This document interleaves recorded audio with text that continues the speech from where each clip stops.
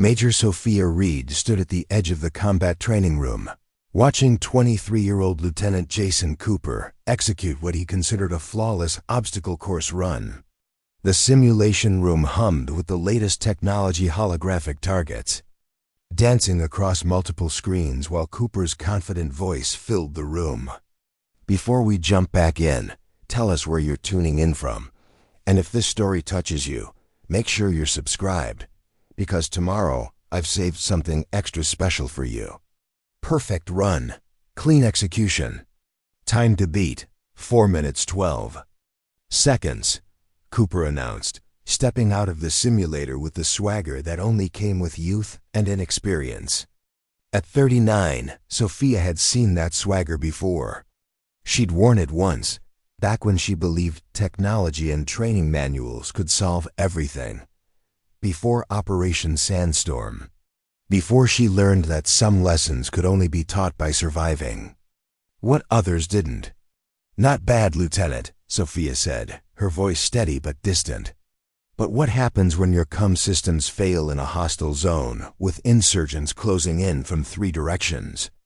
Cooper exchanged a glance with his squad mates, barely concealing a smirk. Ma'am, with respect, modern combat systems don't fail like that anymore. The Viper tactical gear has triple redundancy systems. Everything's backed up. Sophia nodded slowly, her weathered hands clasped behind her back. She'd heard variations of this speech for 3 years now, ever since Colonel Mitchell had promoted her from active combat operations to training instructor. The official report had been kind, exemplary service record, transitioning to educational leadership role. The unofficial truth was simpler. After Sandstorm, nobody wanted the Marine who'd returned alone. Run the simulation again, she said quietly. This time I want you to imagine your backup systems are down. Ma'am, respectfully, when would that ever happen in real combat? This came from Lieutenant Rodriguez, fresh from Advanced Tactical School, his uniform still crisp with that new Marine sheen. The question hung in the air like smoke from a battlefield explosion. When would that happen? Sophia's fingers unconsciously traced the small scar on her left temple, a souvenir from the day 17 of her squad mates didn't come home. The day she'd navigated 40 miles through enemy territory using nothing but a compass and dead reckoning because every piece of advanced technology in her tactical gear had gone dark. Just run it again, she said. Preparing and narrating this story took us a lot of time, so if you are enjoying it, subscribe to our channel, it means a lot to us. Now back to the story. After the session, Sophia walked alone across the frost-covered training grounds of Black Ridge Military Base. The December wind cut through her jacket, but she welcomed the cold. It kept her sharp, reminded her that comfort was a luxury soldiers couldn't afford. Her footsteps echoed between the training facilities until she reached Building 7, where her old gear waited. Compared to the sleek Viper systems the active operatives used, her gear looked ancient, scarred, patched tactical vest and a field pack that smelled like decades of determination. But it was still reliable, still the equipment that had brought Sophia home when nothing else could. Carved into the metal canteen beside her pack, barely visible unless you knew where to look, were 4 words she'd etched with her own knife. No one left behind. The irony wasn't lost on her. She'd left 17 behind in Sandstorm, but not by choice. Never by choice. Still talking to that old gear, Major? Sophia turned to find Technical Sergeant David Martinez approaching, a coffee cup steaming in his hands. Martinez was one of the few people on base who'd been there before Sandstorm, who remembered when Major Sophia Reed was the operator everyone wanted on their team. She's good company, Sophia replied. Doesn't tell me I'm outdated. Martinez laughed, but it was hollow. You know, I pulled the maintenance records on the new Viper systems yesterday. Beautiful equipment, don't get me wrong, but in the past 6 months, we've had 14 system failures. Minor stuff mostly, but still. 14 failures in 6 months. And how many on the old gen tactical kits? Sophia asked. 3, all weather related. Nothing catastrophic. Martinez took a sip of his coffee. Makes you wonder if newer is always better. They stood in comfortable silence, watching the morning sun paint the mountains in shades of orange and gold. Somewhere in those peaks was Thunder Valley, a name that had been appearing more frequently in intelligence briefings lately. Hostile territory, the report said. High-value reconnaissance targets. You ever miss it? Martinez asked. Real missions, not just teaching kids how to read tactical displays. Sophia was quiet for a long moment. The honest answer was complicated. She missed the clarity of combat missions, the simple equation of getting your people home alive. She missed being trusted with something that mattered. But she didn't miss the weight of command, the responsibility for other people's lives. Every day, she said finally. Martinez nodded understanding. For what it's worth, Major. Some of us remember. Some of us know what you did out there. After he left, Sophia checked her old field kit. The tactical vest molded to her body like an old glove, every pouch exactly where her muscle memory expected them to be. She pulled out a small dented metal box from beneath her gear. The same box she'd carried on every mission for the past 8 years. Inside was a hand-drawn map, ink faded and edges worn soft from handling. The paper was stained with what looked like coffee, but was actually blood from that terrible day in 2021. Actual grains of sand still clung to the corners, souvenirs from a desert that had claimed too many good soldiers. The map showed the route she'd taken to escape Sandstorm, not the official extraction plan, but the desperate, improvised path she'd taken when everything went wrong, when GPS failed, when radio contact died, when the Sandstorm turned their advanced navigation systems into expensive paperweights. This map had saved her life once. She had a feeling it might need to again. The morning briefing droned on with the usual routine weather reports, training schedules, maintenance updates. Sophia sat in the back row, half listening while younger. Marines discussed their latest simulations and theoretical scenarios. The confidence in their voices reminded her of herself at their age, back when she thought surviving boot camp meant she was ready for anything. Major Reed. Colonel Mitchell's voice cut through her thoughts. I assume you have nothing to add to today's tactical discussion? The question carried an edge, a subtle reminder of her place in the hierarchy.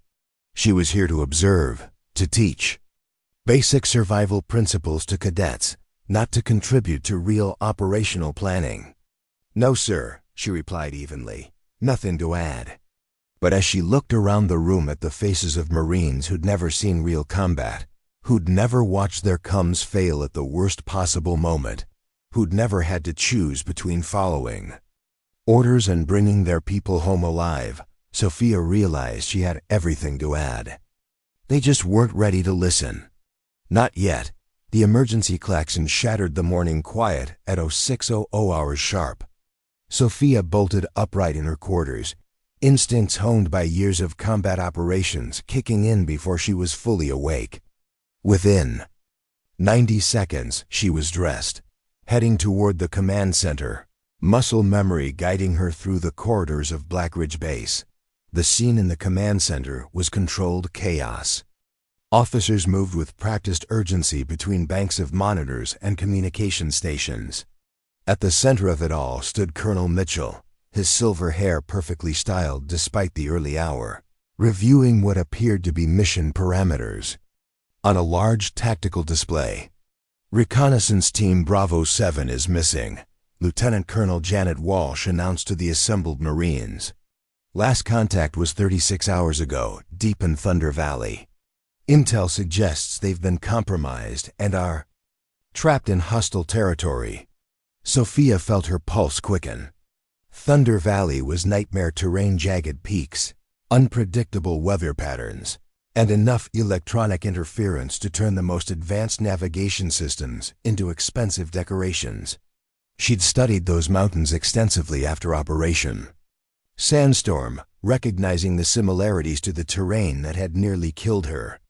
This is a volunteer mission only. Colonel Mitchell continued, his voice carrying the weight of command. High-risk extraction from a no-fly zone. We need 10 Marines for a coordinated rescue operation. Hands shot up around the room. Lieutenant Cooper, Lieutenant Rodriguez, and 7 other operators from the elite Viper squads volunteered immediately. These were the base's golden boys, the ones with perfect simulation scores and immaculate service records, unblemished by failure. Sophia raised her hand. The room fell silent for a moment. She could hear nothing but the hum of electronic equipment and the distant sound of helicopter engines warming up on the landing pad. Major Reed, Colonel Mitchell said, his tone carefully neutral. I'm sure your instructional expertise would be valuable, but this mission requires operators with current operational experience. Sir, I have 28 successful combat missions logged, including 3 high-risk extractions in similar terrain, Sophia replied, keeping her voice professional despite the implied dismissal. Lieutenant Cooper cleared his throat. With respect, Major, those missions were years ago. This operation requires familiarity with current tactical systems and modern combat capabilities. Murmurs of agreement rippled through the younger Marines. To them, her experience was ancient history, irrelevant in an age of computer-assisted targeting and GPS-guided precision strikes. The mission parameters are set, Colonel Mitchell said with finality. Viper Squad will handle the extraction. Major Reed, perhaps you could assist with pre-flight briefings for the volunteers. Dismissed. Again, relegated to a supporting role. While Marines half her age prepared to venture into territory that had nearly killed her once before. But as she turned to leave, something caught her attention on the tactical display. The proposed extraction path cut straight through Sector 7, a region marked in yellow for caution, variable weather conditions. To the young Marines, it probably looked like the most direct route. To Sophia, who had memorized every wind pattern and pressure system in those mountains, it looked like suicide. Sir, she said, stepping back toward the display, the extraction path through Sector 7. Major, Colonel Mitchell interrupted, not looking up from his paperwork. The mission has been planned by our best tactical analysts using the most current intelligence available. I'm confident these Marines can handle any weather they encounter. The dismissal stung, but it wasn't the words that bothered Sophia. It was the absolute certainty in Mitchell's voice. The same certainty she'd heard before Operation Sandstorm, when her concerns about equipment failures had been waved away as unnecessary pessimism. After the briefing, she lingered in the hallway, watching the chosen operators file past toward the preparation rooms. Their confidence was infectious, their camaraderie obvious. They moved like a team that had trained together, fought together, trusted each other completely. She'd had that once, before Sandstorm, Major Reed. Sophia turned to find Captain Lisa Parker, one of the base's intelligence officers, approaching with a thick folder in her hands. Parker was in her early 30s, career military, with sharp eyes that missed very little. Captain? I was reviewing the mission files, and I noticed something interesting. Parker opened the folder, revealing what appeared to be classification. Records. Your security clearance is still active at the T1 level. Sophia raised an eyebrow. T1 clearance was reserved for operators who had proven themselves capable of operating independently in the highest risk scenarios. She'd earned it after her 3rd successful solo extraction mission, back when the military still trusted her judgment. That's unusual, Parker continued. Most instructors have their operational clearances downgraded, but yours was specifically maintained by order of Pentagon Command. I wasn't aware of that. Parker's expression grew serious. I pulled your complete service record, Major. Operation Sandstorm 2021. You were the only Marine who successfully extracted survivors from a level 4 artillery zone using manual navigation after complete electronic failure. The memories came flooding back the streaming wind. The dead comm's equipment, the weight of 6 wounded soldiers she'd protected while traversing blind through a storm that meteorology had said was impossible. The 3 she couldn't save haunted her dreams, but the 6 who made it home had families who would never know her name. That was a long time ago, Captain, was it? Because according to this morning's weather analysis, the system moving through Sector 7 has the exact same characteristics as the storm that hit your squad in Sandstorm. Same pressure gradients, same electrical interference patterns, same potential for complete instrumentation failure. Sophia stared at the meteorological data, her blood running cold. The numbers were eerily familiar: barometric pressure dropping at rates that would make modern tactical computers struggle to compensate. Electromagnetic interference levels that could turn sophisticated guidance systems into dead weight. Have you shared this analysis with Colonel Mitchell? Parker's expression told her everything. I tried. He said the new Viper systems are designed to handle any weather conditions we might encounter. He's confident in the technology. Technology. Always the answer until it wasn't. That evening, Sophia found herself in Building 7 again, sitting with her old tactical gear, her metal box open beside her. The hand-drawn map seemed to glow in the dim light, its faded ink holding secrets that no computer database contained. She traced the route with her finger, not the direct path that looked logical on paper, but the winding, seemingly inefficient course that had brought her home when GPS satellites couldn't penetrate the storm. Interference. A path that avoided. The worst pressure systems had used mountain updrafts instead of fighting them. That treated the weather as an ally instead of an obstacle to overcome. Her radio crackled to life. Major Reed, this is Control. Please report to Colonel Mitchell's office immediately. Sophia closed the map carefully, locked the metal box, and stood up. Whatever Mitchell wanted at this hour, it couldn't be good. News. The Colonel's office was spartanly decorated: military regulations, foundation certificates, and a single photo of him shaking hands with a Pentagon official. Mitchell sat behind his desk, reading from a tablet with the kind of expression that suggested he was delivering bad news. Major, I'll be direct. There have been some concerns raised about your suitability for continued service in an instructional capacity. Sophia remained standing at attention. What kind of concerns, sir? Some of the younger Marines have mentioned that your teaching methods are outdated, that you focus too heavily on manual navigation and emergency procedures, instead of helping them master the advanced systems they'll actually use in combat. Translation. She was teaching them to think for themselves instead of trusting blindly. In technology. Sir, I believe a comprehensive understanding of both modern and traditional navigation methods. Major, Harrison interrupted, the military has evolved.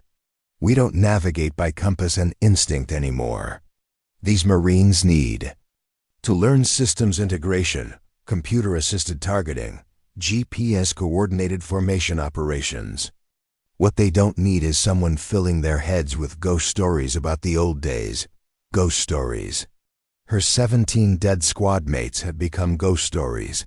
I understand, sir. I'll adjust my curriculum accordingly. Harrison nodded, seemingly satisfied. Good. Now about tomorrow's mission, I want you to understand that your exclusion isn't personal. It's simply that we need operators who are current on operational procedures and familiar with modern tactical systems. Of course, sir. But as she turned to leave, Harrison added something that stopped her cold. Besides, this is exactly the kind of mission that separates the weak from the strong. These young Marines need to prove themselves under pressure. Better they learn to handle adversity now than in a real war.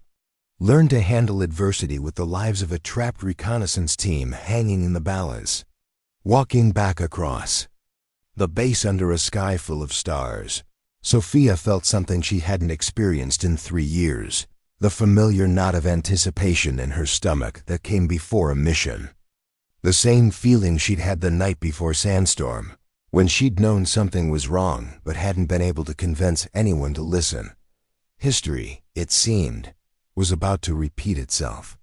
The mission briefing began at 0500 hours with the kind of military precision that masked underlying chaos.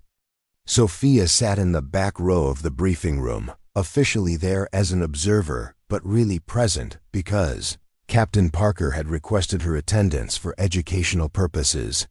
Colonel Mitchell stood at the front of the room beside a large, tactical display showing Thunder Valley in brutal detail. The terrain looked like something carved by an angry god. Jagged peaks, narrow valleys, and enough dead zones to swallow soldiers whole. Reconnaissance Team Bravo 7 was conducting surveillance on suspected enemy installations when they went dark. Mitchell began. Satellite imagery suggests they're trapped approximately 40 clicks into the valley system, here. He pointed to a red dot surrounded by hostile indicators. Lieutenant Cooper raised his hand. "Sir, what's the current enemy presence in the target zone?" "Intel suggests moderate resistance, but the primary challenge will be terrain and weather. The valley creates unique atmospheric conditions that can interfere with standard navigation systems." Sophia's jaw tightened. Interfere was putting it mildly. The valley was a natural electromagnetic maze that could turn the most sophisticated instruments into expensive paperweights. She'd tried to explain this to Mitchell privately the night before, but he dismissed her concerns as outdated pessimism. "Mission timeline is critical," Mitchell continued. "Weather window closes at 1400 hours. After that, we're looking at 3 days of severe storm activity.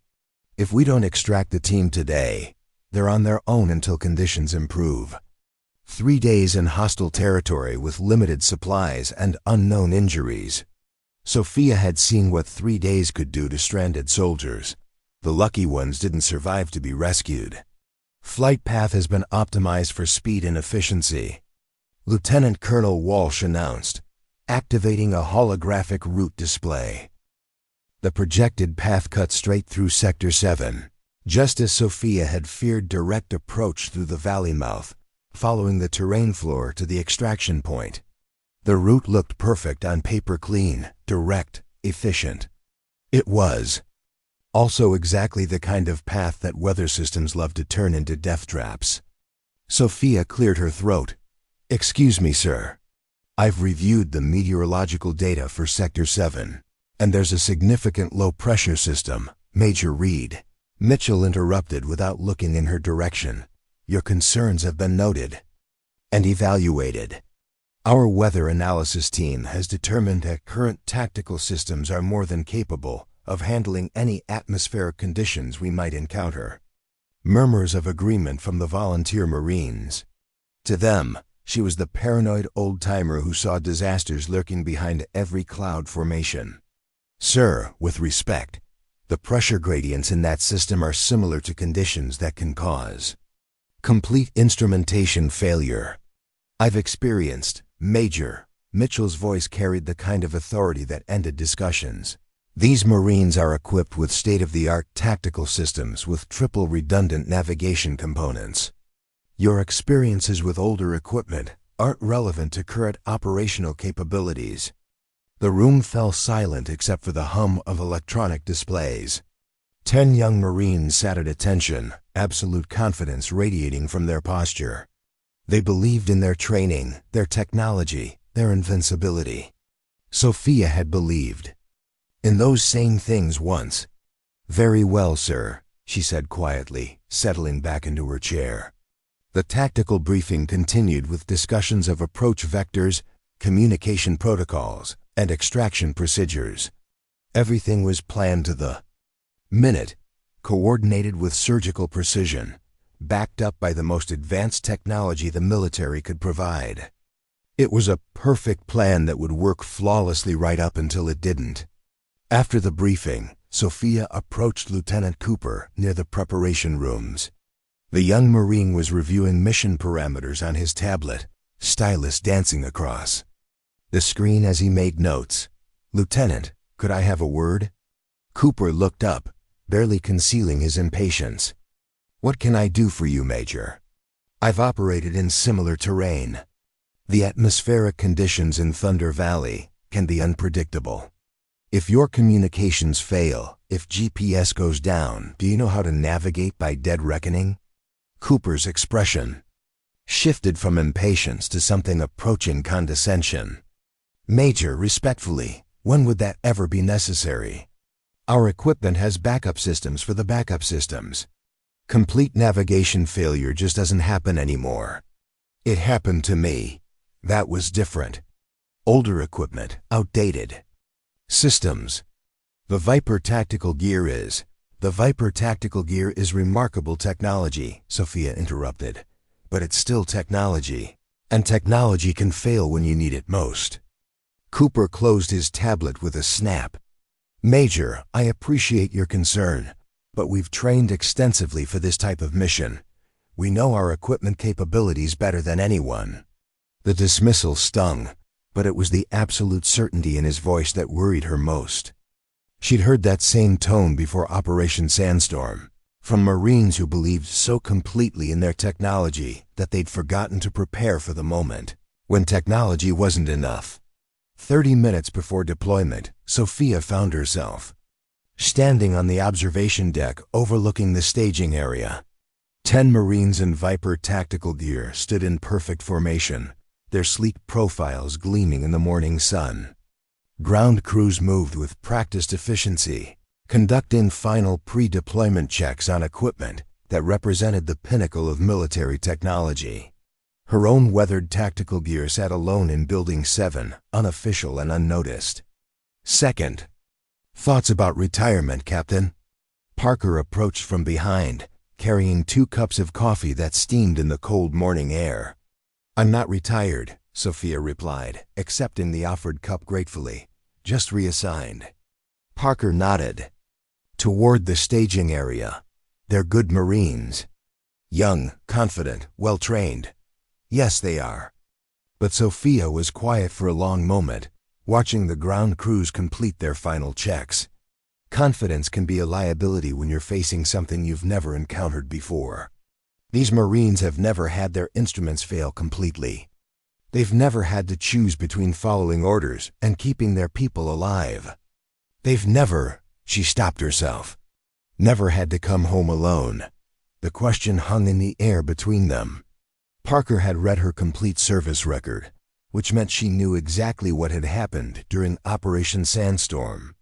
She knew about the 17 Marines who hadn't come home, about the impossible choices that had haunted Sophia for 3 years. I keep thinking about the weather patterns, Sophia said finally.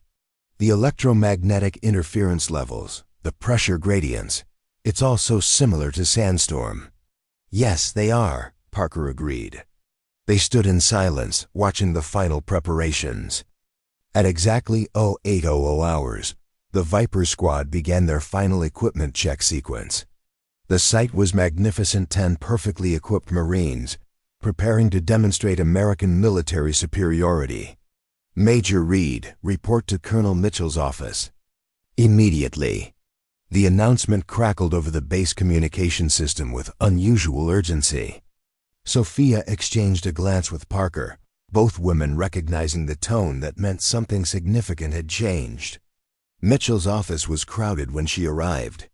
The colonel sat behind his desk with his usual composed expression, but Lieutenant Colonel Walsh stood beside him looking distinctly uncomfortable. Most unusually, Brigadier General Patricia Stone was present, her star gleaming on her uniform collar. Major Reed, General Stone said without preamble, we've received updated intelligence regarding the extraction mission. The situation is more complex than initially reported. Sophia remained at attention, waiting for details. Reconnaissance Team Bravo 7 wasn't just conducting surveillance, Walsh continued. They were investigating reports of advanced enemy electronic warfare systems in the valley specifically designed to interfere with modern tactical communications and navigation equipment. The knot in Sophia's stomach tightened. What kind of interference, sir? Electromagnetic pulse weapons, signal jammers, possibly even weather manipulation technology, General Stone replied. The kind of systems that could turn our most advanced tactical gear into expensive decorations. Mitchell shifted uncomfortably in his chair. General, surely our redundant systems. Colonel, Stone interrupted. 3 hours ago, a reconnaissance drone equipped with the same navigation systems as our Viper tactical gear was sent into Thunder Valley. We lost contact immediately. When we recovered the wreckage, every electronic component had been fried. Silence filled the room like smoke from a battlefield. Major Reed, General Stone continued, your service record indicates extensive experience with manual navigation and emergency procedures.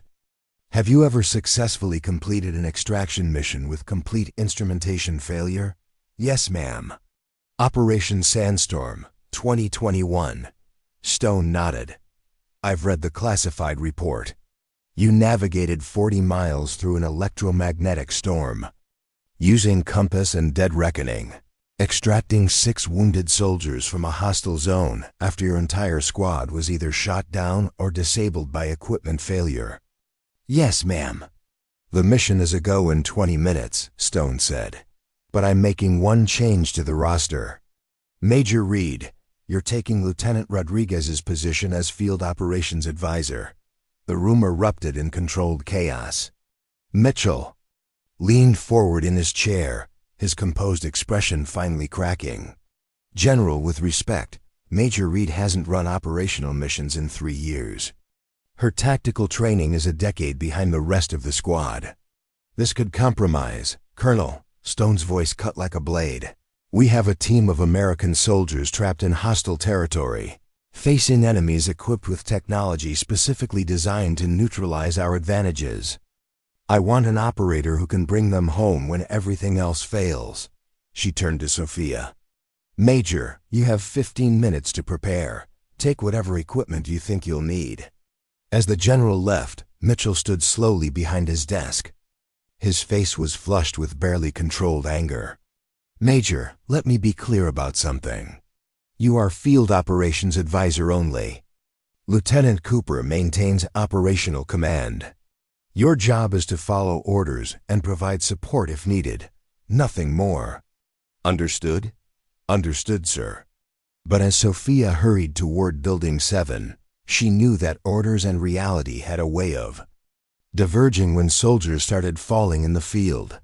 Her old tactical gear was already being prepped by Technical Sergeant Martinez, who had somehow anticipated this moment. The equipment looked ancient compared to the sleek Viper systems, but every component had been meticulously maintained and upgraded within the constraints of the aging framework. Thought you might need this today, Martinez said, handing her the small metal box that contained her hand-drawn map. I took the liberty of updating your field pack and checking the manual navigation instruments. Everything's calibrated and ready. Sophia strapped on the familiar tactical vest, muscle memory guiding her through the pre-deployment sequence. Around her, the old-gen equipment and mechanical systems hummed with reliable simplicity. No holographic displays, no computer-generated extraction paths, no artificial intelligence to make decisions for her, just a Marine, her gear, and the kind of hard-earned experience that couldn't be programmed or simulated. On the radio, she could hear the Viper squad conducting their final communications checks. Their voices carried the confidence of youth and the certainty of superior technology. Black Ridge Control, this is Alpha Leader requesting permission for deployment. Cooper's voice crackled over the comms. Alpha Leader, you are cleared for departure. Weather conditions optimal. Visibility unlimited. Optimal conditions? Sophia glanced at her manual barometric pressure gauge and frowned. The needle was dropping faster than the official weather reports indicated. Black Ridge Control, this is Operations Advisor requesting updated meteorological data for Sector 7. Operations.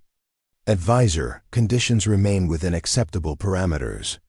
Maintain formation and follow Alpha Leader navigation. Acceptable parameters. Sophia opened her metal box and pulled out the faded map, comparing her hand-drawn route to the official extraction path. displayed on her basic GPS unit, the computer. Wanted to take them straight through the heart of the developing storm system. Her map suggested a longer, more complex route that would add 15 minutes to the journey but avoid the worst electromagnetic interference. All units prepare for deployment. Lieutenant Cooper's voice crackled over the radio with absolute authority. Sophia took a deep breath and checked her gear one final time. Her equipment was older and less sophisticated than the rest of the formation, but carried something the other gear lacked: a Marine who knew what it felt like when everything went wrong at once. As the mountains of Thunder Valley rose ahead of them like the teeth of some enormous predator, she couldn't shake the feeling that she was walking into history.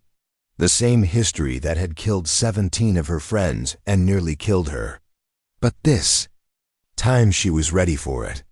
23 minutes into the mission, reality began to unravel. Alpha Leader, I'm showing some interference on my tactical display. Lieutenant Martinez's voice crackled over the radio with the first hint of uncertainty. Sophia checked her position on the hand-drawn map, then glanced at her analog compass. They were approaching the outer edge of Sector 7, exactly where her calculations had predicted the electromagnetic interference would begin. Her old-gen tactical gear systems were largely mechanical, immune to the electronic warfare capabilities that turn modern equipment into expensive paperweights. Alpha 2, confirm interference, Lieutenant Cooper responded, his voice still carrying command authority but lacking its earlier absolute confidence. Intermittent signal loss on GPS, some static on communication channels, came the reply. Sophia keyed her radio. Alpha Leader, this is Operations Advisor.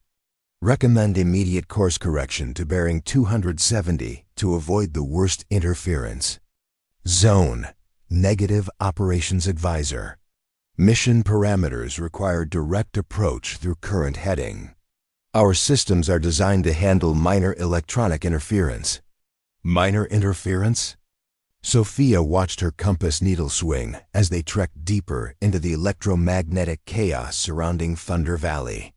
The storm system she'd tried to warn them about was intensifying exactly as her experience had predicted. Alpha Leader, I'm losing GPS lock, another voice reported. Alpha 4, same here. Navigation computer is cycling through startup sequences. All units maintain visual formation, Cooper ordered. We'll navigate by landmarks until we clear the interference zone. Visual formation in terrain where peaks disappeared into cloud cover and valleys looked identical from altitude. Sophia pulled out her binoculars and studied the approaching valley system, comparing what she saw to the detailed topographical features marked on her hand-drawn map. Alpha Leader, I've traversed this terrain before. The valley system creates natural, electromagnetic dead zones that can persist for miles. Recommend we circle around to approach from Operations Advisor. Maintain radio silence unless emergency conditions exist. Cooper's dismissal stung, but Sophia bit back her response. She'd learned during Operation Sandstorm that pride was a luxury that got people killed. Her job wasn't to be right, it was to bring everyone home alive. The first Marine went down at 0847 hours. Mayday, mayday, this is Alpha 5, complete system failure. Equipment is dark, I'm completely blind. Lieutenant Rodriguez's voice carried the sharp edge of panic that came when technology failed at the worst possible moment. Alpha 5, can you maintain visual reference? Cooper's command authority was beginning to crack. Negative, Alpha Leader. I'm in cloud cover, no visual on terrain or formation. My compass is spinning, altimeter is showing impossible readings. Sophia keyed her radio immediately. Alpha 5, this is Operations Advisor. I have you on visual. Come to heading 310. Decrease altitude to 7,000 feet. You'll break cloud cover in approximately 90 seconds. Operations Advisor, negative, Alpha 5, maintain current heading, and the transmission ended in a burst of static. On her radio display, Alpha 5's signal disappeared completely. Alpha Leader, Alpha 5 is off the grid, came a shaky voice from Alpha 6. All units maintain formation and continue to extraction point, Cooper ordered, but the confidence was gone from his voice, replaced by the kind of forced calm that meant someone was fighting panic. Sophia checked her position against the map again. They were trekking directly into the heart of the electromagnetic storm, exactly where her hand-drawn route had indicated they should never go. Her old-gen tactical gear's mechanical systems continued to function normally, but the radio chatter from the Viper squad indicated their advanced electronics were failing systematically. Alpha Leader, I'm showing multiple system warnings. Reported Alpha 3, same here. Navigation computer just crashed completely. My targeting system is cycling through error messages. One by one, the most advanced tactical systems in the American military were being reduced to little more than expensive decorations by an electromagnetic phenomenon that meteorology textbooks said shouldn't exist. All units, this is Alpha Leader. We're aborting the mission and returning to base immediately. Alpha Leader, what about the extraction team? This came from Alpha 7, Lieutenant Parker, who had apparently maintained some communication capability. We can't help them if we can't navigate. All units come to heading 180 and climb to 15,000 feet. But as the formation attempted to execute the abort maneuver, the electromagnetic interference intensified. Marines that had been moving in perfect formation suddenly found themselves scattered across dozens of miles of hostile airspace. Their tactical systems providing contradictory information or no information at all. Alpha Leader, I can't find the formation. Where is everyone? Alpha 6, I'm showing you 15 miles off course, but that can't be right. This is Alpha 8, my power systems are reading critical, but I took off with full battery capacity 30 minutes ago. The radio dissolved into a chaos of panicked voices and conflicting reports. Sophisticated equipment that had performed flawlessly in simulation was failing catastrophically in real-world conditions their designers had never anticipated.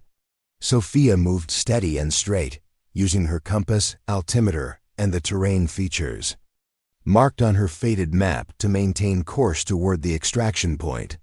Her old-gen tactical gear wasn't the most advanced in the formation, but it was the only one still functioning with reliable navigation. All units, this is Operations Advisor. She transmitted calmly. I have visual on the extraction zone. The reconnaissance team is alive and signaling from coordinates marked on my display. Static answered her. All units, please respond. This is Operations Advisor. More static, punctuated by occasional fragments of panicked transmissions. Completely lost. Instruments are showing. Can't identify. Sophia was alone again, just like Operation Sandstorm. 9 Marines with superior technology had been defeated by the same electromagnetic phenomena that had claimed 17 of her squad mates 3 years earlier. The difference was that this time she was prepared. Moving cautiously toward the extraction coordinates, Sophia spotted movement below.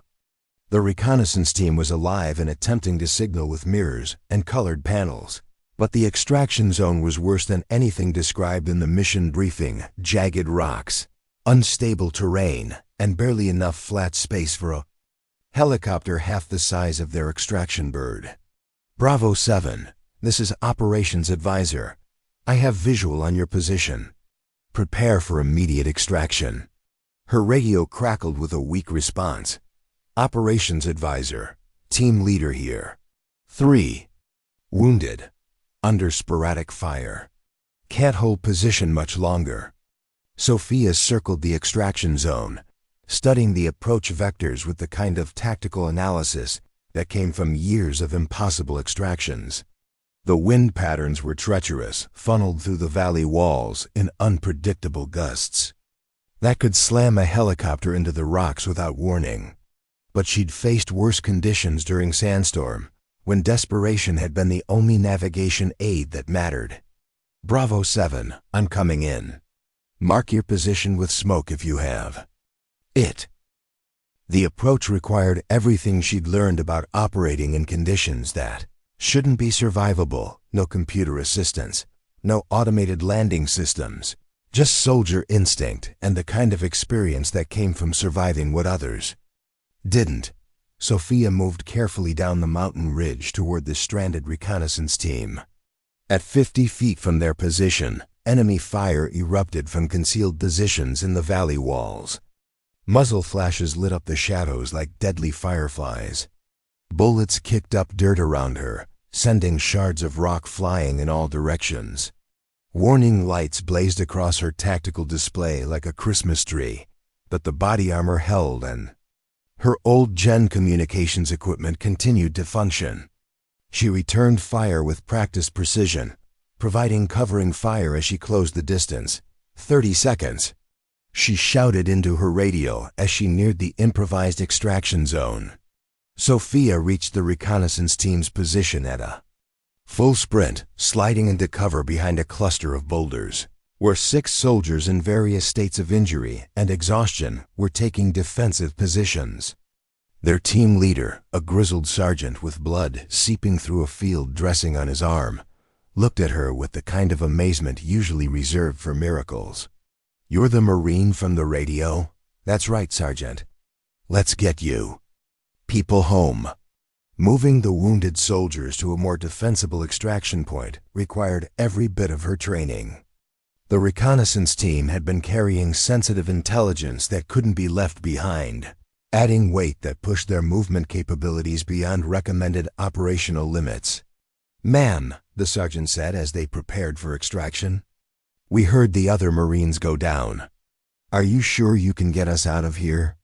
Sophia looked at her battered tactical gear, radio equipment damaged by enemy fire, power systems showing warnings throughout the display. By any reasonable standard, attempting extraction was suicide. "Sergeant," she replied, "I've gotten out of worse situations than this. The extraction was a controlled disaster." Overloaded and under fire, the team struggled to reach the emergency rendezvous point Sophia had identified using her hand-drawn map.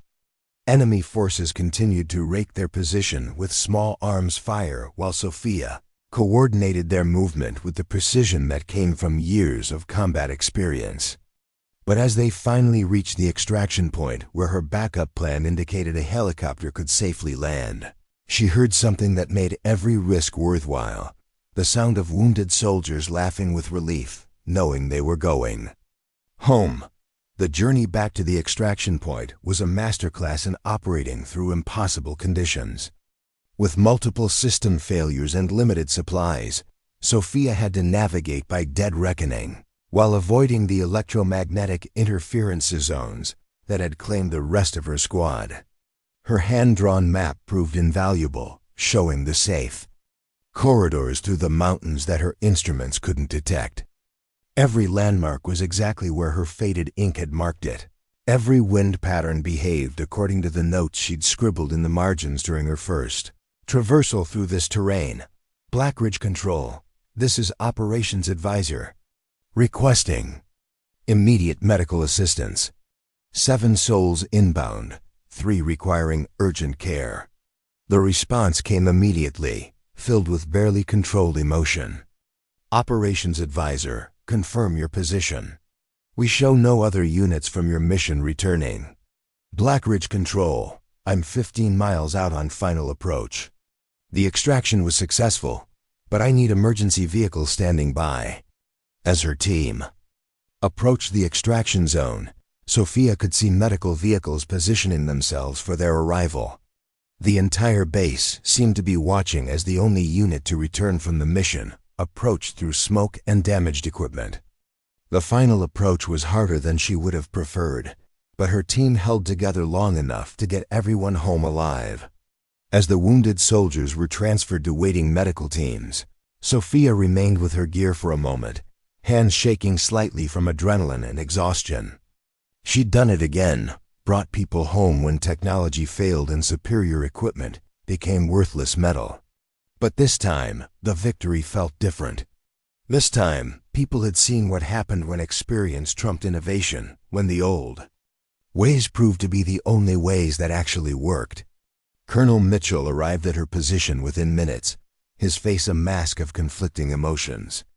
Behind him came General Stone, whose expression was entirely unreadable. "Major Reed," Mitchell began, "I need a full debrief on what happened out there." "The electromagnetic interference was more severe than anticipated," Sophia replied, removing her tactical helmet. The Viper Squad's electronic systems were overwhelmed, but mechanical navigation remained functional. General Stone stepped forward. "Major, are you saying that our most advanced tactical systems were defeated by weather?" "No, ma'am. They were defeated by over-reliance on technology that wasn't designed to operate in those specific electromagnetic conditions. The equipment itself is excellent, but their operators weren't prepared for complete instrumentation failure." The general nodded slowly. "And you were prepared?" Sophia pulled out her metal box, opening it to reveal the hand-drawn map that had guided her through impossible terrain twice in 3 years. The ink was more faded now, stained with blood from today's mission, but every line remained accurate. "Yes, ma'am. I was prepared." The debriefing room fell silent as Sophia finished her detailed account of the mission. General Stone sat at the head of the conference table, surrounded by colonels, intelligence officers, and tactical analysts who had spent the past 4 hours trying to understand how 9 advanced Marines had been lost while one outdated operator had completed the mission successfully. "Let me make sure I understand this correctly, Major," General Stone said, reviewing her notes. "The Viper tactical systems experienced complete navigation failure due to electromagnetic interference that your equipment was able to withstand." "Not withstand, ma'am. Work around. The old gen tactical gear systems are largely mechanical and analog, which made them less susceptible to electronic warfare measures. But the primary factor was navigation methodology." Colonel Mitchell shifted uncomfortably in his seat. "Major, are you suggesting that our tactical planning was inadequate?" Sophia pulled out her metal box and spread the hand-drawn map on the conference table. To the assembled officers, it looked like something from a museum: faded ink, worn edges, actual sand grains embedded in the paper from Operation Sandstorm. "Sir, this map shows terrain features and atmospheric conditions that don't appear in digital databases. Weather patterns that change seasonally, electromagnetic dead zones that shift based on solar activity, wind currents that can turn predictable extraction paths into death traps." Captain Parker, who had been quietly taking notes throughout the debriefing, leaned forward. "Major, how did you acquire this level of detailed terrain knowledge?" The question hung in the air like smoke from a battlefield. Sophia traced one of the flight paths with her finger, remembering the desperate navigation that had brought her home from Operation Sandstorm. "Experience, Captain. 3 years ago, I traversed the same terrain when my squad was hit by similar electromagnetic interference. 17 Marines went down, but I managed to navigate home using manual methods when all electronic systems failed." "And you documented these navigation routes?" "I documented everything, every landmark, every wind pattern, every electromagnetic anomaly I encountered. I knew that someday someone else might need this information." General Stone studied the map intently. "Major, this level of detail. This isn't standard military cartography. This looks like the work of someone who expected to traverse this terrain again." "Yes, ma'am." Lieutenant Colonel Walsh, who had been silent throughout most of the debriefing, finally spoke. "Major Reed, are you saying that you've been maintaining this intelligence database on your own initiative for 3 years?" "Yes, sir." "While assigned to instructor duty?" "Yes, sir." The room fell quiet as the implications sank in. For 3 years, while the base's leadership had dismissed her as an outdated relic, Sophia had been quietly preparing for exactly the kind of mission that had just claimed 9 Marines. "General, Colonel Mitchell interjected. "I think we need to focus on the immediate tactical situation. We have 9 missing Marines and, Colonel," General Stone interrupted. "We have 9 Marines missing because our tactical planning failed to account for conditions that Major Reed predicted and prepared for. I want to understand how that happened." Captain Parker opened a thick folder filled with meteorological data. "Ma'am, I've been reviewing the weather analysis that supported the original mission planning. The electromagnetic interference levels we encountered today were 3 times higher than our computer models predicted. But Major Reed's analysis was accurate. Her hand-drawn notes show electromagnetic patterns that match exactly what we experienced in the field. She predicted the interference zones, the intensity levels, even the specific altitudes where systems would fail." Colonel Mitchell's face was flushed with barely controlled anger. "With respect, General, we can't base military planning on hand-drawn maps and anecdotal experience. We have sophisticated computer models, satellite data, real-time intelligence feeds, all of which failed catastrophically today, General."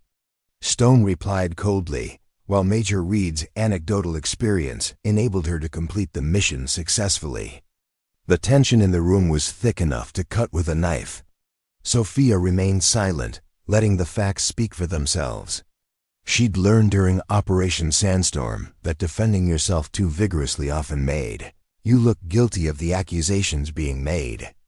"Major," General Stone continued, "I want you to walk me through your decision-making process during the mission. When did you realize the other Marines were in trouble?" "Approximately 23 minutes into the mission, when we entered the outer edge of the electromagnetic interference zone. The Viper tactical systems began failing in exactly the pattern I had experienced during Sandstorm." "And your response?" "I recommended immediate course correction to avoid the worst interference, but operational command was maintained by Lieutenant Cooper as per mission parameters." Colonel Mitchell leaned forward aggressively. "Major, are you criticizing Lieutenant Cooper's command decisions?" Sophia met his gaze steadily. "No, sir. Lieutenant Cooper followed the mission plan exactly as briefed. The fault wasn't in the execution. It was in the planning assumptions." "What do you mean?" "The mission plan assumed that modern tactical systems would be sufficient to handle any environmental conditions we might encounter. That assumption proved incorrect." Captain Parker consulted her notes. "Major, during your pre-mission briefings, did you attempt to share your terrain knowledge with the other Marines?" "Yes, Captain. I recommended alternative extraction paths and suggested the Marines prepare for manual navigation in case of system failure." "And the response?" Sophia glanced at Colonel Mitchell before answering. "The recommendations were noted, but not incorporated into the official mission plan. The Marines were confident that their training and equipment would be sufficient." General Stone's expression was unreadable. "Major, in your professional opinion, could today's losses have been prevented?" The question hung in the air like a loaded weapon. Sophia knew that her answer would determine not just her own future, but potentially the careers of everyone in the room. "Yes, ma'am. If the mission plan had incorporated alternative navigation methods and avoided the most severe electromagnetic interference zones, all Marines could have reached the extraction point safely. Based on information that you possessed but was not included in the official briefing." "Yes, ma'am." Colonel Mitchell stood abruptly. "General, I object to this line of questioning. Major Reed is essentially claiming that her personal theories should have overridden established military planning procedures. We can't run operations based on the hunches of individual Marines." "Colonel," General Stone replied, "Major Reed's hunches resulted in a successful extraction, while our established procedures resulted in 9 lost Marines. I'm beginning to think we need to reconsider which approach is more reliable." The meeting continued for another 2 hours, with technical experts analyzing every aspect of the mission failure. But the core issue remained simple. Experience had triumphed over technology, and the military's most sophisticated tactical systems had been defeated by conditions that one Marine with a hand-drawn map had navigated successfully. As the debriefing finally concluded, General Stone approached Sophia privately. "Major, I'm recommending you for immediate restoration to active operational status. We need Marines who can operate when everything else fails." "Thank you, ma'am, but I need to ask you something directly. Why didn't you fight harder to get your intelligence included in the mission planning?" Sophia was quiet for a moment, considering her answer. "General, I've learned that sometimes people need to see failure before they're willing to consider alternatives. I hoped I was wrong about the conditions we'd encountered today, but you knew you weren't wrong." "Yes, ma'am, I knew." That evening, word spread quickly through Blackridge Base about the day's events. The impossible had happened. The forgotten instructor had succeeded where the elite squad had failed. Marines who had dismissed her as outdated were now quietly asking technical questions about manual navigation and dead reckoning. Sophia found herself in Building 7, performing post-mission maintenance on her battered tactical gear. The equipment looked like it had been through war, with bullet holes, power system damage, and communications gear that would require weeks to repair properly. But it had brought everyone home. Technical Sergeant Martinez approached with a cup of coffee and a satisfied expression. "Heard you had an interesting day, Major." "You could say that." "Also heard that some people are finally starting to ask the right questions about why our most advanced tactical systems couldn't handle what your old gear took in stride." Sophia accepted the coffee gratefully. "Technology is only as good as the people who understand its limitations, Sergeant. Today we learned that our limitations were more severe than anyone wanted to admit." As she worked on her equipment, Sophia reflected on the day's events.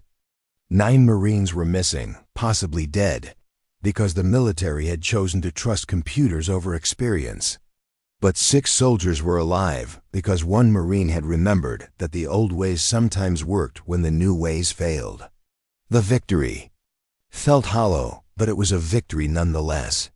And for the first time in 3 years, people were finally ready to listen to what she had been trying to tell them. The emergency meeting convened at 0600 hours sharp, 12 hours after Sophia's successful return from Thunder Valley. General Stone had flown in from Pentagon Command overnight, bringing with her a team of investigators whose presence suggested that today's events would have consequences far beyond Blackridge Base. Sophia sat in the conference room's front row, still wearing her tactical gear from the previous day's mission. Around her, the atmosphere was tense with the kind of energy that preceded major changes in military policy. Colonel Mitchell sat across the table, his face a mask of professional composure that couldn't quite hide his underlying anxiety. "Ladies and gentlemen," General Stone began, "we're here to conduct a comprehensive review of yesterday's mission failure and to address systemic issues in our tactical planning procedures." The phrase systemic issues carried weight in military circles. It meant that someone's career was about to end, and fingers were pointing in multiple directions. "Major Reed," Stone continued, "please provide the investigation team with a complete tactical analysis of the electromagnetic interference patterns you encountered." Sophia opened her metal box and spread her hand-drawn map on the conference table. To the assembled investigators, the faded document looked like an artifact from a bygone era, which in many ways it was. The interference began at approximately these coordinates, she said, pointing to a section marked with careful notations. Intensity increased exponentially as we approached the valley system, reaching levels that overwhelmed modern navigation computers, but were consistent with patterns I documented during Operation Sandstorm. Brigadier General Marcus Thompson, one of Stone's investigators, leaned forward to examine the map more closely. "Major, this level of detail. When did you create this documentation?" "The original mapping was completed in 2021, sir. I've been updating it quarterly based on seasonal weather patterns and solar activity data." You've been maintaining independent intelligence files for 3 years? Yes, sir. Colonel Mitchell cleared his throat. General Thompson, I should point out that Major Reed's personal research project was conducted without official approval or oversight. These documents haven't been validated by our intelligence analysts. The implication was clear. Sophia had been operating outside established protocols, conducting unauthorized intelligence gathering that could potentially compromise operational security. Colonel, General Stone replied icily, Major Reed's unauthorized intelligence proved more accurate than our official analysis. Perhaps we should be asking why our established systems failed so completely. Captain Parker, who had been reviewing technical data at the back of the room, approached with a thick folder. General, I've completed a comparative analysis of Major Reed's terrain documentation versus our official intelligence databases. Your findings? The data is not only accurate, it's more comprehensive than anything in our current systems. She identified electromagnetic anomalies, seasonal weather patterns, and terrain features that don't appear in any official military cartography. Colonel Mitchell's expression darkened. Captain, are you suggesting that Major Reed's personal files are more reliable than Pentagon-approved intelligence databases? I'm suggesting that her files contain critical information that doesn't exist anywhere else in our intelligence network. The room fell silent as the implications settled. For 3 years, while the military had invested billions in sophisticated intelligence gathering systems, one dismissed Marine had been quietly assembling more accurate tactical information using nothing but personal observation and careful documentation. Major Reed, General Thompson said, I need to understand your methodology. How did you acquire intelligence data that our official systems missed? Sophia chose her words carefully. Sir, I spent extensive time studying this terrain after Operation Sandstorm because I knew the military would return here eventually. I used personal leave time to conduct observational flights, correlated weather data with electromagnetic readings, and documented patterns that weren't captured in standard reconnaissance reports. Personal leave time? Yes, sir. I used my own resources and time to conduct intelligence gathering that I believed would be valuable for future operations. The investigators exchanged glances. What Sophia was describing went far beyond normal Marine dedication. It bordered on obsession, with a level of detail that professional intelligence analysts had missed. Major, Colonel Mitchell interjected, did you attempt to share this intelligence with appropriate command authorities? The question was a trap, and everyone in the room knew it. If Sophia said yes, Mitchell could argue that proper channels had been followed and the intelligence had been rejected for valid reasons. If she said no, he could claim she had been deliberately withholding critical information. Sir, I made several attempts to brief command staff on terrain conditions in the Thunder Valley region. These briefings were noted, but not incorporated into operational planning. Why not? Sophia glanced around the room, seeing career military officers who had built their reputations on following established procedures and trusting institutional systems. Because my recommendations were based on personal experience rather than official intelligence sources. Command preferred to rely on computer models and satellite data. General Stone leaned forward. Major, in your opinion, why did our official intelligence fail to identify the electromagnetic conditions that stranded 9 Marines? Another loaded question.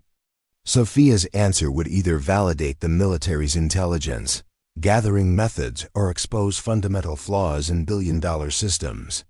Ma'am, artificial intelligence focuses on broad regional patterns using satellite data and computer modeling.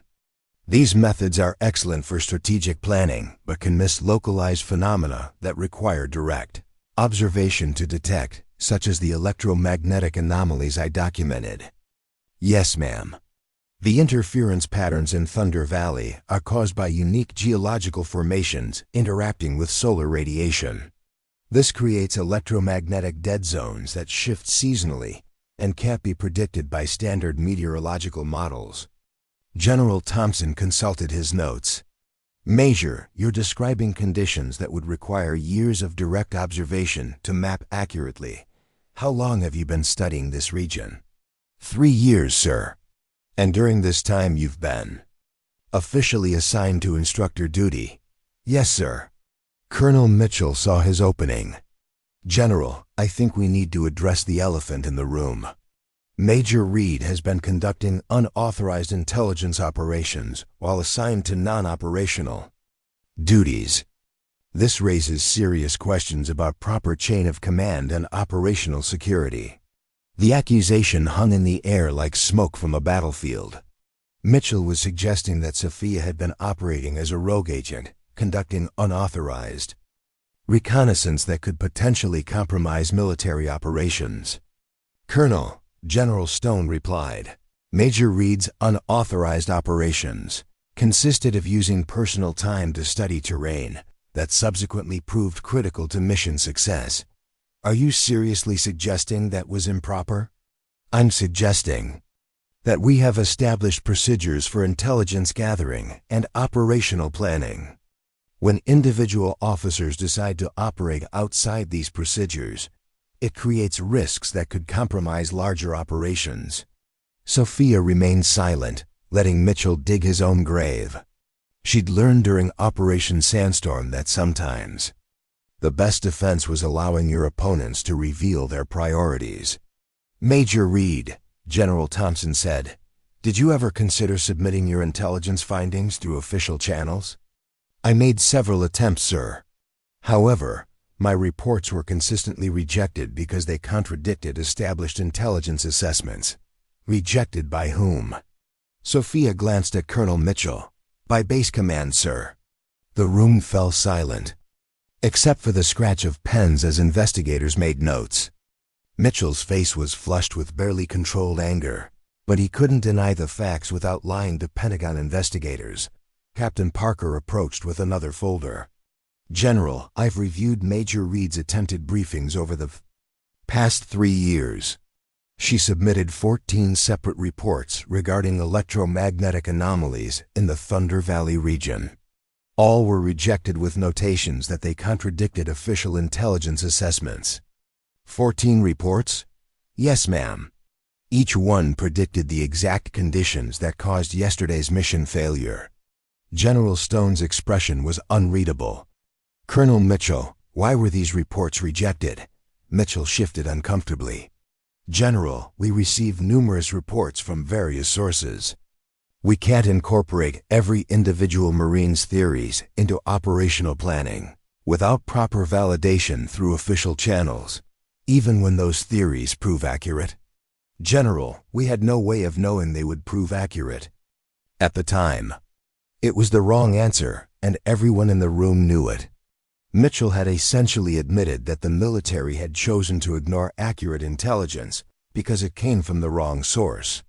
Major Reed, General Stone said, if you had been included in yesterday's mission planning, could the Marine losses have been prevented? Yes, ma'am.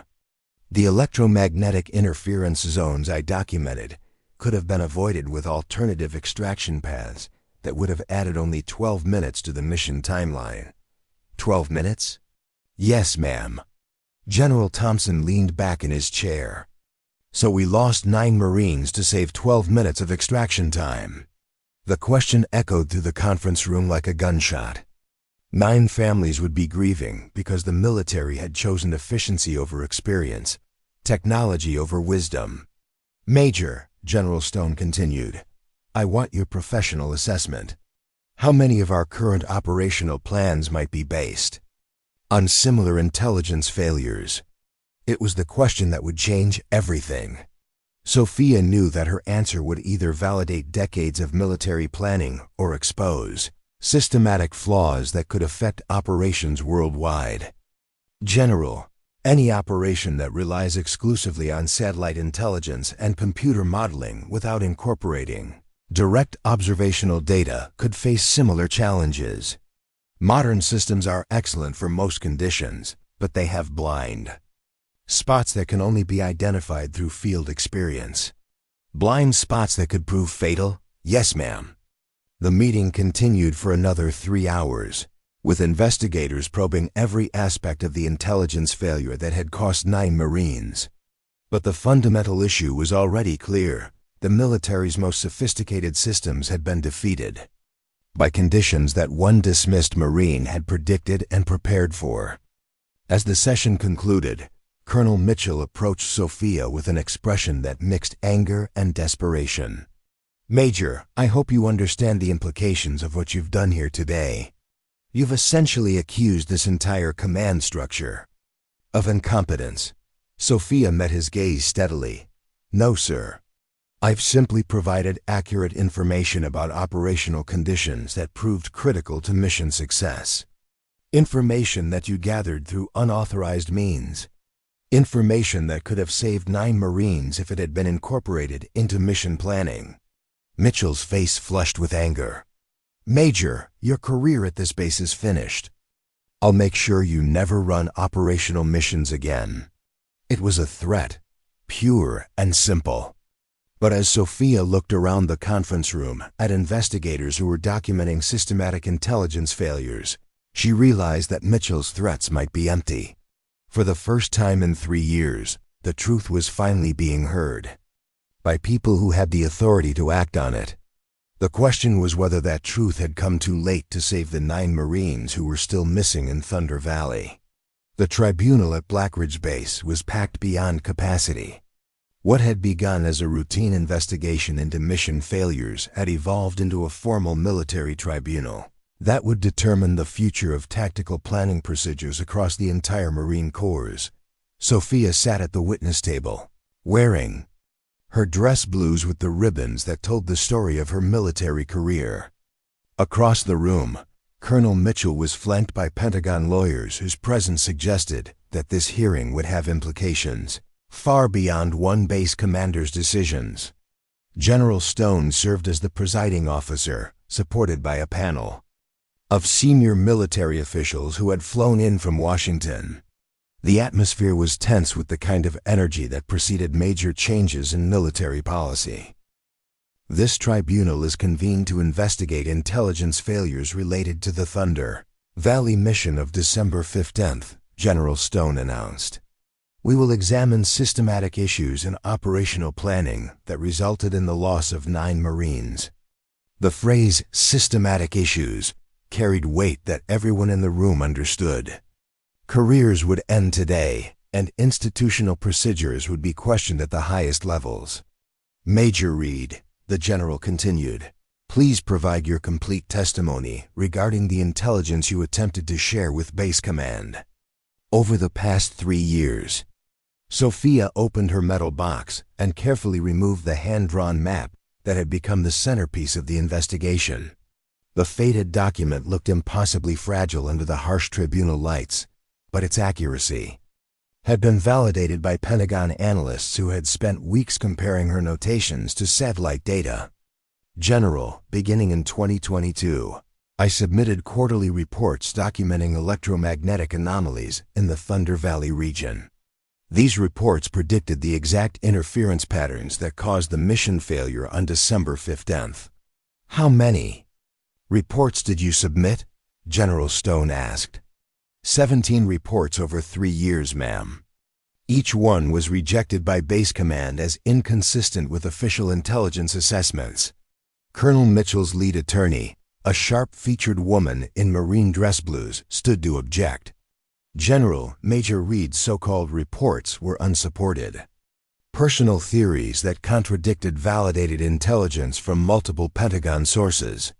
"Commander Peterson," General Stone replied, "Major Reed's personal theories proved more accurate than our validated intelligence. Perhaps you could explain why Pentagon sources failed to identify conditions that one Marine documented with hand-drawn maps." The question hung in the air like smoke from a battlefield. Peterson had just been asked to defend the entire military intelligence establishment against the demonstrated accuracy of one Marine's personal observations. "General, military planning requires validated intelligence from official sources. We cannot base operational decisions on individual theories, regardless of their eventual accuracy. It was the wrong argument to make in a room where 9 empty chairs represented the cost of ignoring accurate intelligence. "Commander," General Stone said coldly, "are you suggesting that accuracy is less important than following proper bureaucratic procedures?" Captain Parker approached the witness table with a thick folder. "General, I've prepared a comparative analysis of Major Reed's intelligence versus official Pentagon assessments for the Thunder Valley region. Your findings?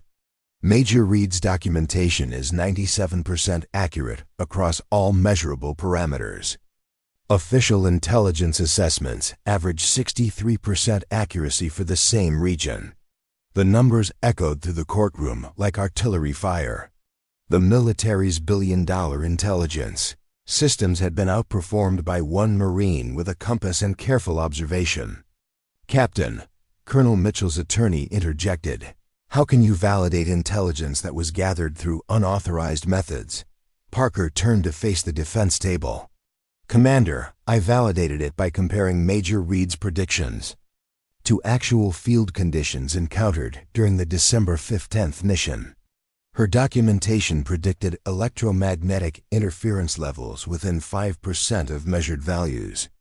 Official intelligence predictions were off by more than 300%. General Stone leaned forward. "Major Reed, walk the tribunal through your attempt to brief base command before the December 15th mission." Sophia consulted her notes. "General, I requested permission to brief the mission planners on terrain conditions that could affect tactical systems. Specifically, I wanted to recommend alternative extraction paths that would avoid the most severe electromagnetic interference zones." "And the response?" "Colonel Mitchell informed me that my concerns had been noted, but that the mission would proceed according to established tactical planning procedures." "Despite your documented experience in similar terrain?" "Yes, ma'am." The prosecution called Technical Sergeant Martinez as their next witness. The grizzled maintenance chief approached the stand with the kind of weathered confidence that came from 30 years of keeping military equipment operational. "Sergeant Martinez," the prosecutor began, "were you aware of Major Reed's intelligence gathering activities?" "Yes, sir." Major Reed would spend her personal leave time conducting observational reconnaissance over the mountain regions. She'd return with detailed notes about weather patterns, electromagnetic readings, and terrain conditions. "Did you consider this unusual?" Martinez smiled grimly. "Sir, I considered it the sign of a Marine who understood that technology fails when you need it most." Major Reed was preparing for the missions everyone else hoped would never happen. "Did Major Reed ever discuss her findings with other personnel?" "She tried to, sir. She'd brief anyone who would listen about the conditions in those mountains. Most folks figured she was being overly cautious." Colonel Mitchell's attorney cross-examined aggressively. "Sergeant, are you aware that Major Reed's activities violated regulations regarding unauthorized intelligence gathering?" Martinez looked at her like she'd asked whether water was wet. "Ma'am, Major Reed used her personal time and her personal resources to study terrain that ended up saving American lives. If that's a violation, then I guess we need better regulations." The testimony continued for 3 days, with witness after witness confirming that Sophia had repeatedly attempted to share intelligence that could have prevented the mission failure. Pentagon analysts testified that her hand-drawn maps contained information that didn't exist in any official database. Training instructors confirmed that she had been teaching manual navigation techniques that other Marines had dismissed as obsolete. The picture that emerged was devastating for base command. A veteran Marine with critical intelligence had been systematically ignored because her methods didn't conform to institutional preferences. On the final day of the tribunal, Colonel Mitchell took the stand in his own defense. His testimony was professionally delivered, but couldn't escape the fundamental facts of the case. "Colonel," the prosecutor asked, "why did you reject Major Reed's intelligence reports?" Because they contradicted established assessments from Pentagon intelligence sources.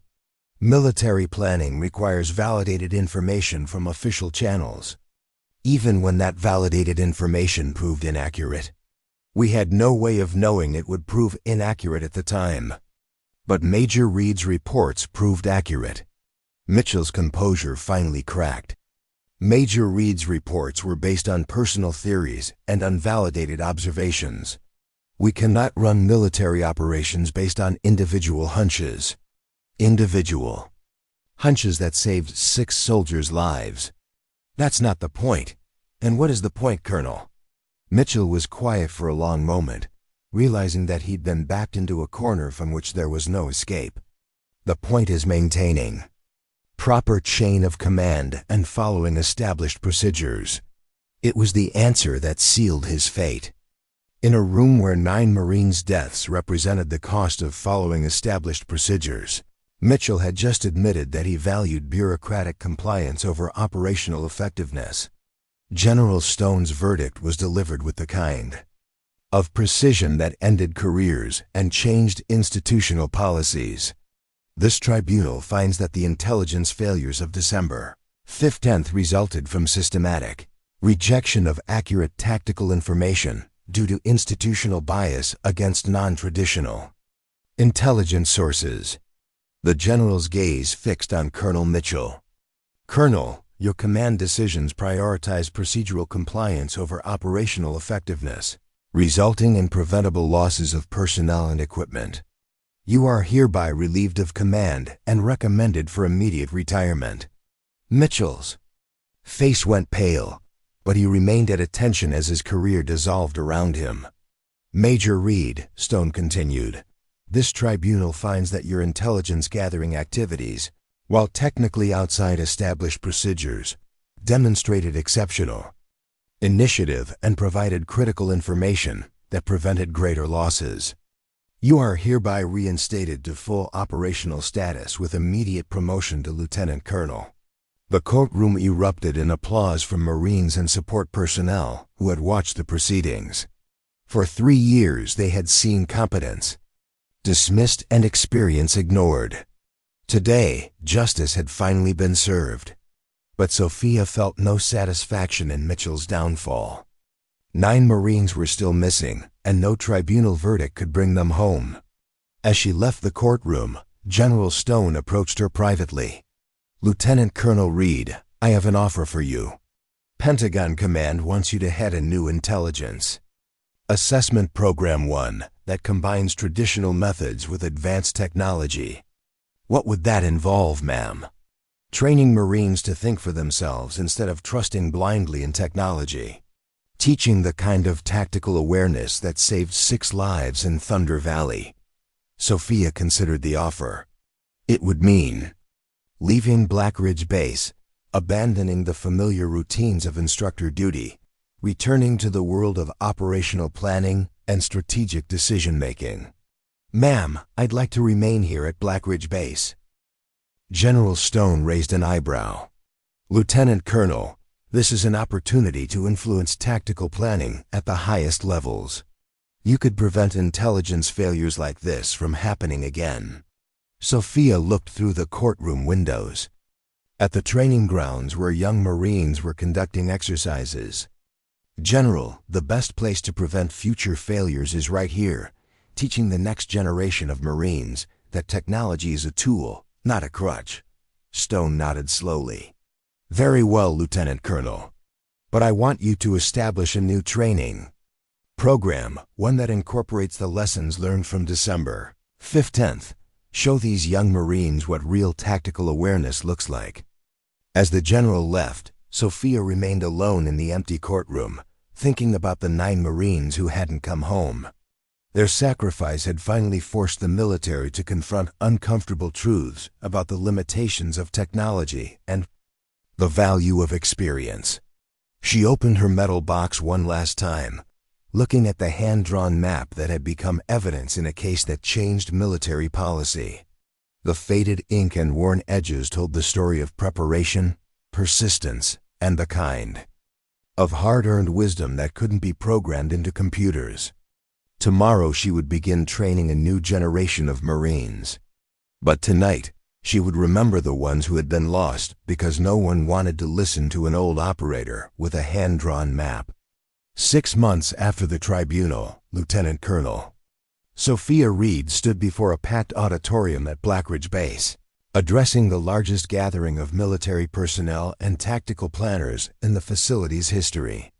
Word had spread throughout the Marine Corps about the Thunder Valley incident and its aftermath, drawing officers from bases across the country who wanted to understand how one dismissed instructor had succeeded, where the military's most advanced systems had failed. "Ladies and gentlemen," Sophia began, her voice carrying the authority that came from surviving what others hadn't, "I want to tell you about the most important lesson I've learned in 22 years of military service.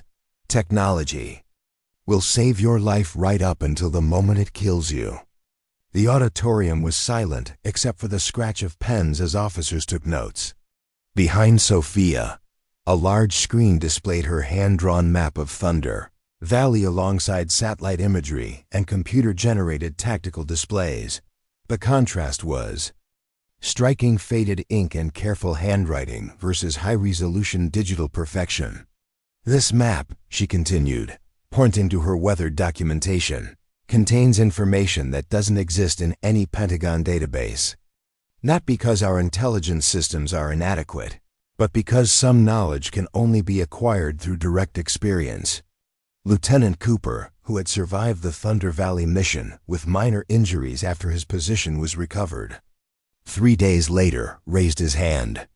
"Ma'am, how do we balance reliance on proven technology with the need for traditional skills?" It was the question that had driven 6 months of heated debate within military leadership. How could the world's most technologically advanced fighting force incorporate lessons that seemed to contradict everything modern warfare represented? "Lieutenant, the goal isn't to choose between old methods and new technology. The goal is to understand that technology amplifies human capability. It doesn't replace human judgment." Sophia activated a presentation that showed comparative analysis of the December 5th mission. "Your Viper tactical systems are magnificent equipment with capabilities that my old gen gear can't match. But when electromagnetic interference disabled your navigation systems, you needed skills that weren't part of your standard training." Captain Rodriguez, recently promoted after his own harrowing experience in Thunder Valley, asked, "Ma'am, what specific skills should modern Marines prioritize?" "Dead reckoning navigation, visual landmark identification, and most importantly, the ability to recognize when your instruments are lying to you." Sophia clicked to the next slide, showing electromagnetic interference patterns. "Technology fails predictably under certain conditions. If you understand those conditions, you can prepare alternatives." The presentation continued for 2 hours, covering everything from manual navigation techniques to decision-making under uncertainty. But the core message remained simple: preparation and experience trumped sophistication and confidence when everything went wrong simultaneously. After the formal presentation, Sophia found herself surrounded by young Marines eager to learn skills their instructors had dismissed as obsolete.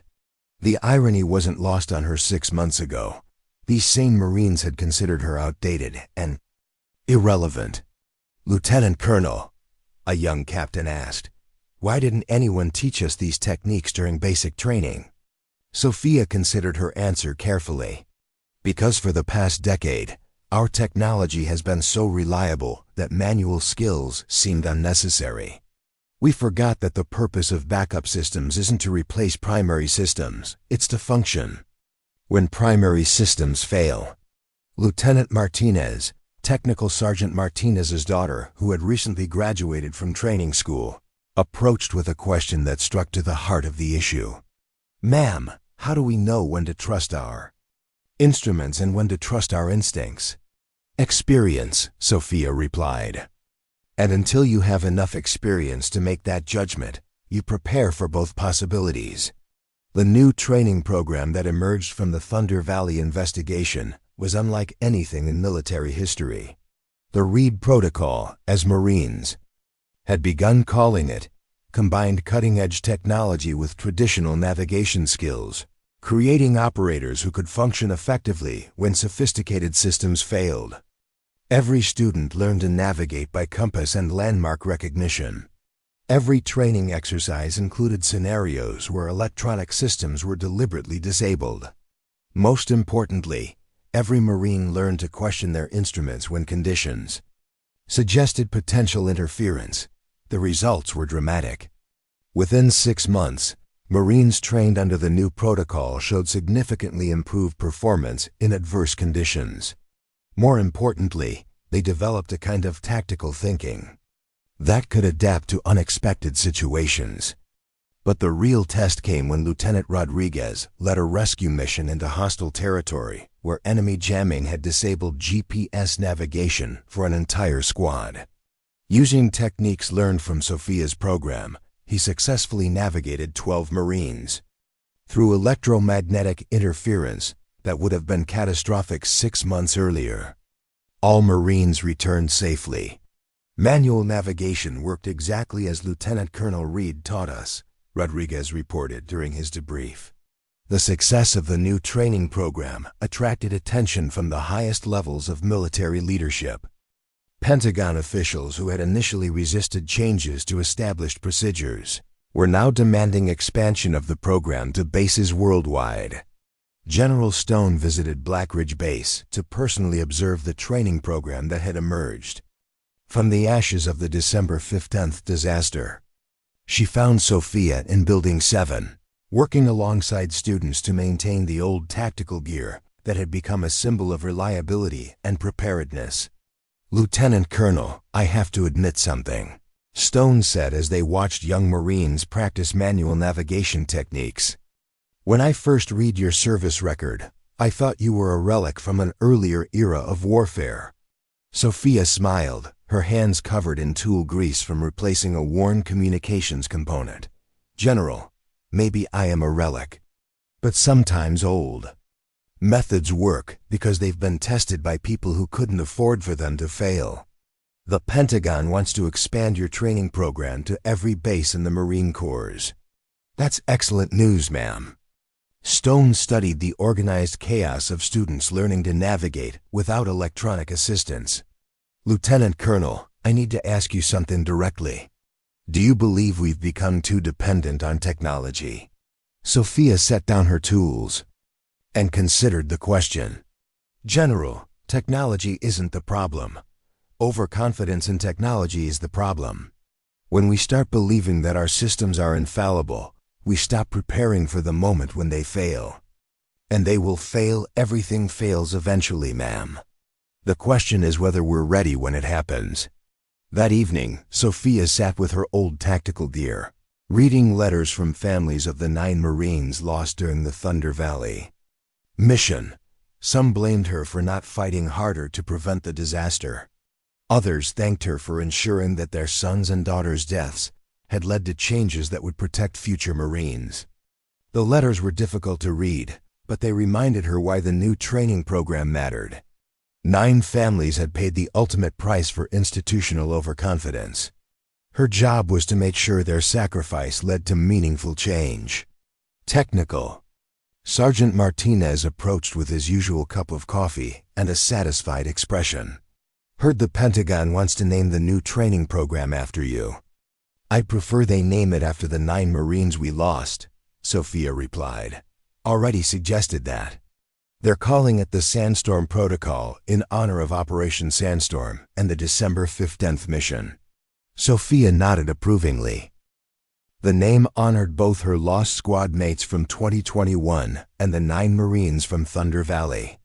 It was fitting that a program designed to prevent future losses would carry the names of those who had died when preparation and experience were dismissed as unnecessary.